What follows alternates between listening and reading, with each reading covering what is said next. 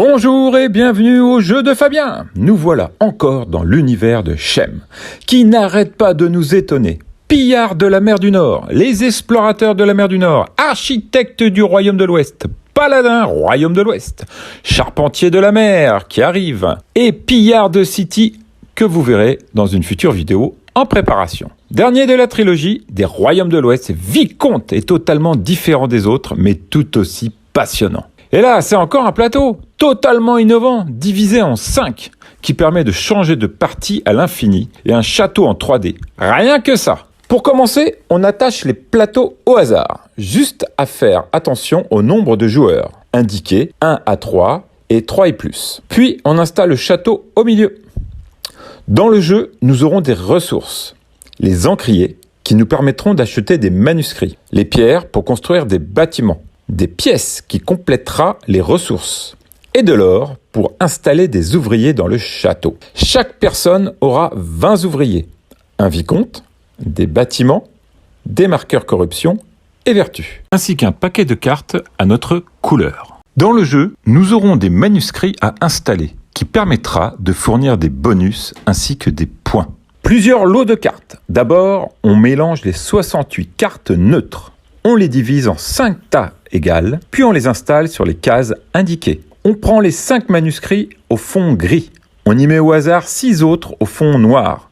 On les retourne face visible pour que les gris soient devant et les installe sur les emplacements prédessinés. On prend chacun un plateau où l'on installe les 3 comptoirs, maisons des corporations et ateliers. On met de côté nos 20 ouvriers. On récupère notre paquet de villageois de départ comprenant 8 cartes à notre couleur. Puis, on pose notre marqueur corruption et vertu et on garde pour l'instant notre vicomte. Pour démarrer le jeu, nous mélangeons les 10 cartes joueurs qui détermineront les avantages de départ, ainsi que les 10 cartes héros. Puis, nous installerons autant de cartes joueurs que de joueurs plus une. Et en dessous, autant de nos cartes héros. Soit 2 cartes chacun, plus une pour 2 joueurs. Chacun choisira un lot et bénéficiera des avantages ou des désavantages. Ici, on gagnera une pierre, un or, un encrier, 10 pièces, un acte de propriété, 2 dettes et on avancera de 2 le jeton corruption. Sur la carte joueur, nous aurons un numéro correspondant au placement de notre vicomte, placement que nous installerons sur le plateau. Enfin, on installera sur la carte pauvreté un certain nombre de cartes dettes selon le nombre de joueurs et le reste en dessous. Puis idem pour la carte prospérité avec les actes de propriété. Nous installerons aussi à côté du plateau principal la carte maître du château et les 4 cartes bonus clergé à gagner pendant la partie. Le tour est très simple et fluide. On pioche au départ 3 cartes que l'on complétera les prochains tours au maximum de 3 ou plus selon les avantages que l'on aura eus entre-temps. On en choisit une que l'on installera sur la première place. S'il y en a déjà 3, la dernière sortira dans la défausse, visible, et effectuera les effets de sortie de la carte que l'on repère par une croix. Pour suivre le fonctionnement du tour, c'est indiqué sur notre plateau.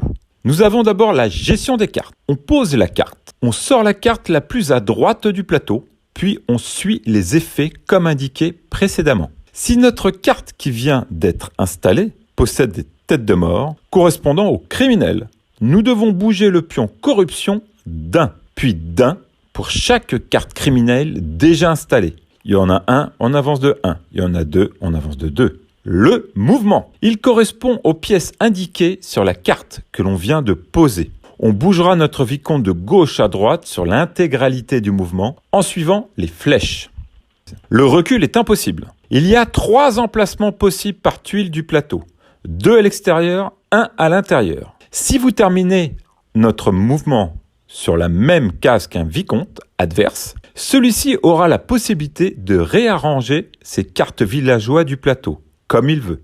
Les actions principales. Pour aider à utiliser nos actions, nous pouvons éliminer une seule carte adjacente à notre vicomte, en la payant, pour bénéficier de l'icône indiquée à la condition qu'elle serve pour notre action. En plus, il gagnera les effets immédiats indiqués en haut à droite. Commercer, uniquement à l'extérieur du plateau. Cela nous permettra de récupérer des ressources et pièces, détruire des cartes de sa main ou la première carte de sa pioche à l'aveugle contre des pièces. Retourner des dettes ou actes de propriété. Construire. Uniquement à l'extérieur. Il vous faudra le nombre d'icônes demandées, soit sur les icônes actifs de votre plateau, ainsi que les têtes de mort qui vous servent de joker, soit des emplacements débloqués après une construction antérieure, soit par des cartes bonus. On peut choisir n'importe quel bâtiment du moment qu'on peut le construire. Il placera le bâtiment sur l'une des cases adjacentes de son vicomte et bénéficiera de l'avantage de la case. En bonus, si le bâtiment est relié à un bâtiment précédemment installé, nous bénéficierons de l'effet indiqué au milieu, une fois. Placer des ouvriers. Uniquement si le vicomte est à l'intérieur, on utilisera le côté du château de la tuile du plateau où est notre vicomte. Selon le nombre d'icônes nobles que nous aurons, nous pourrons installer sur le premier niveau des ouvriers. Soit un icône, un ouvrier, 3 icônes, 2 ouvriers, 5 icônes, 3 ouvriers, 8 icônes, 4 ouvriers. Si nous avons 3 ouvriers sur un même emplacement, nous devrons les diviser, un de chaque côté, et celui du milieu ira au niveau suivant et bénéficiera des effets indiqués. S'il se retrouve encore à 3, on refait la manipulation. Sachant que le premier se retrouvant au 3e niveau, puis celui possédant le plus d'ouvriers, bénéficiera de la carte maître du château. Elle lui accordera la possibilité de piocher une 4e carte au tour des jeux suivants et donnera 5 points de victoire supplémentaires à la fin de la partie s'il garde cette carte. Transcrire des manuscrits. Sur le chemin intérieur, uniquement, il vous faudra le nombre d'icônes clergées indiquées sur le manuscrit pour en bénéficier. Vous bénéficiez d'effets, mais dès le 3e manuscrit de la même couleur, vous bénéficiez d'une carte bonus donnant des effets et des points tout le long de la partie. En plus, pour chaque manuscrit en votre possession, vous bénéficiez de points supplémentaires. Un manuscrit, 1 point. 2, 4 points. 3, 9 points. 4 manuscrits et plus, 16 points. Recruter. À la fin du tour, nous pouvons acheter une carte villageois neutre et la mettre dans notre défausse, si elle est à côté de notre vicomte uniquement. Nous bénéficierons alors de l'effet, en haut à droite de la carte. Résoudre une collision. Si les marqueurs vertu et corruption se trouvent pendant cette phase ensemble, ils vous donnent les avantages au-dessus des marqueurs. Les autres joueurs bénéficieront des effets qui sont en dessous des marqueurs. Attention, avant cette phase, même si les marqueurs sont ensemble, ils pourront continuer à bouger. Affaire dans l'ordre. Si le 2e atelier a été installé et que l'on n'a pas de criminels sur notre plateau, on gagne tout de suite une vertu. Toutes les cartes des joueurs installées sur le plateau utilisent leurs effets. On replace enfin nos marqueurs aux 2 extrémités. Tirer des cartes.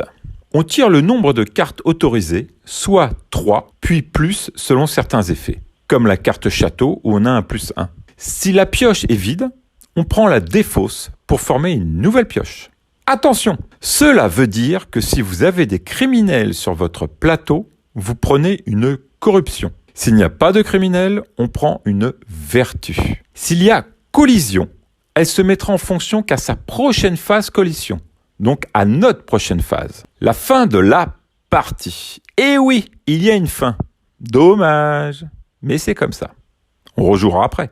Elle s'arrête lorsque la carte pauvreté ou la carte prospérité est révélée. Les joueurs terminent la manche en cours et réalisent une manche supplémentaire. Et voici pour un nouveau jeu passionnant. Je me régale en sachant que, comme d'habitude, la version solo existe et marche à merveille. En vous souhaitant une bonne journée et de bons jeux!